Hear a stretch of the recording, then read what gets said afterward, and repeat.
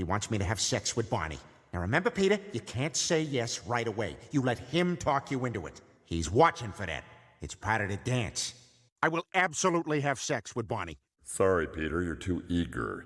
So, I came over to invite you to Susie's christening this weekend. Oh. Digiorno. Digiorno. Joe Paterno. Digiorno. Damn it, Peter. Being Susie's godfather doesn't mean you're in the mob. And you can't bring a cat to church. Why not? He's Catholic.